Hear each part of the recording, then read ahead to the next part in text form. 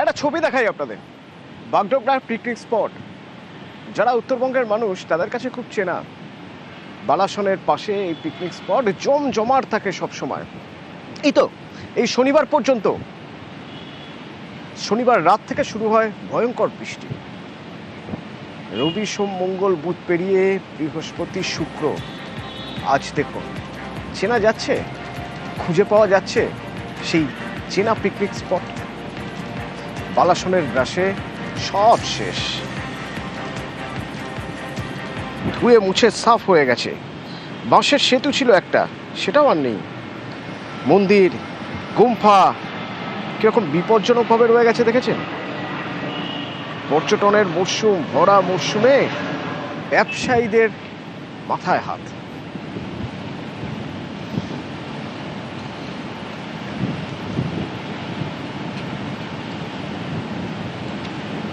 यहाँ बहुत कुछ था, जो बाहर से टूरिस्ट लोग आता था तो यहाँ सब मनोरंजन करके निकल जाता था।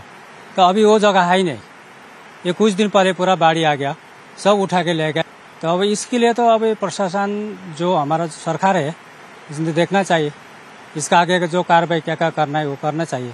हालत तो ऐसे है, जो पर्यटक लोग आता है, जो घूमने के लिए आता है तो ऊपर से थोड़ा देख के निकल जाता है। इधर हम लोग हमेशा आते रहते थे, क्योंकि ये पिकनिक स्पॉट है। आपका दिसंबर, जनवरी, फरवरी, मार्च तक यहाँ पर, मार्च के पूरा साल जो है यहाँ पर पिकनिक स्पॉट हुआ करता था।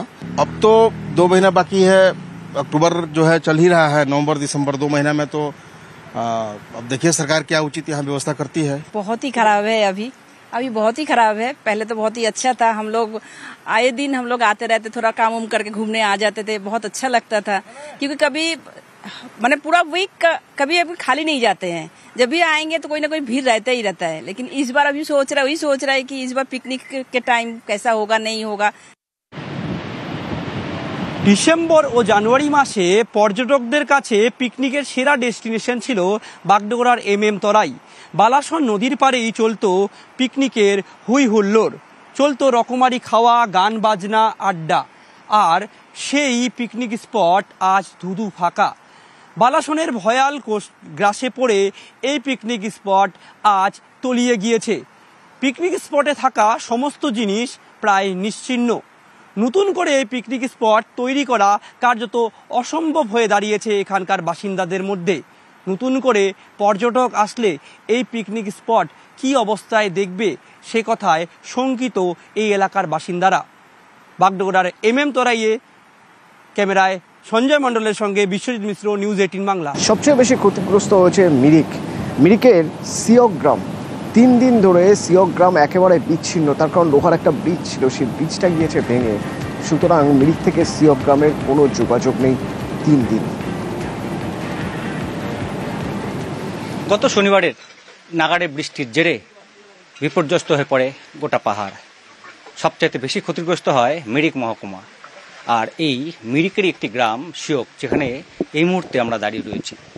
এই মিরিকেরই সিয়ক গ্রামে যে ছবি দেখাবো তা আরও ভয়াবহ। এখানেই যে দেখছেন আমার বাঁ দিকটায়, এখানে ছিল রান্নাঘর। ধসে মাটি চাপা পড়ে কার্যত ধ্বংসস্তূপে পরিণত হয়েছে এই রান্নাঘর, কার কোনো চিহ্নই আর নেই। মাটির তলায় রান্না গ্যাসের সিলিন্ডার, ওভেন থেকে শুরু করে অন্যান্য সামগ্রী। ছবির মতো সুন্দর মিরিক থেকে একটু নিচের দিকে নামতে হয় তাবাকুশির পাশ দিয়ে যাচ্ছে রাংভাং নদী। এই নদীর কুলুকুলু শব্দ শুনতে, তাবাকুশির নির্জনতা উপভোগ করতে সেখানে যান পর্যটকরা। সেজন্যই সেখানে প্রচুর হোমস্টে, থাকার জায়গা একেবারে শেষ হয়ে গিয়েছে। হোমস্টেগুলো একেবারে শেষ হয়ে গিয়েছে এই রাংভাং নদীর জল বেড়ে বিপর্যস্ত তাবাকুশি। मेरा तो टोटल डैमेज हुआ है यहाँ पे। ऑलमोस्ट आपका 16 से 17 होमस्टे का डैमेज हो गया है पूरा। और तो बुकिंग था अभी? हाँ, अभी तो सीजन था। अभी हाल फिलहाल मतलब खुल रहा है, पर मतलब टेम्परेरी खुल रहा है, ऐसा नहीं कि आपका पक्का पक्की खुल रहा है। लॉस तो मेरा मेजर लॉस है, आप देखिए पूरा लॉस है। मतलब मेरा पूरा मैंने आज तक जितना भी कमाई किया सब कुछ डाल दिया था, सब कुछ लॉस है। देखिए ऐसा स्पोर्ट बहुत चीज खत्म हो गया, अभी फिर शुरू करना है हम लोगों को। अब ये डिजास्टर आ गया, होम स्टे का बहुत इफेक्टेड हो गया, और इस डिजास्टर की वजह से नेचुरल हम लोग मेजर टूरिस्ट में बहुत इस बार तो अभी टूरिस्ट सीजन था उसमें बहुत इफेक्ट हुआ है। पहले हम लोग इसको कनेक्टिविटी ठीक करेंगे, ब्रिज ठीक करेंगे, उसके बाद फिर आस्ते आस्ते ग्रो हो जाएगा। फिर टूटा है तो फिर बनाना भी पड़ेगा ना, इसीलिए तो गवर्नमेंट है, सरकार है, सब लगा, सीएम मैडम खुद आया पहाड़ में। এক রাতের বৃষ্টি তাতে কার্যত ধূলিসাৎ তাবাকশি। মিরিকের পর্যটনের হাটথপ এই তাবাকশি দেশ বিদেশের পর্যটকদের কাছে অতি প্রিয় ডেস্টিনেশন। আর শনিবারের রাতের বৃষ্টিতে এখানকার একের পর এক হোমস্টে একেবারে কিন্তু শেষ হয়ে গেছে।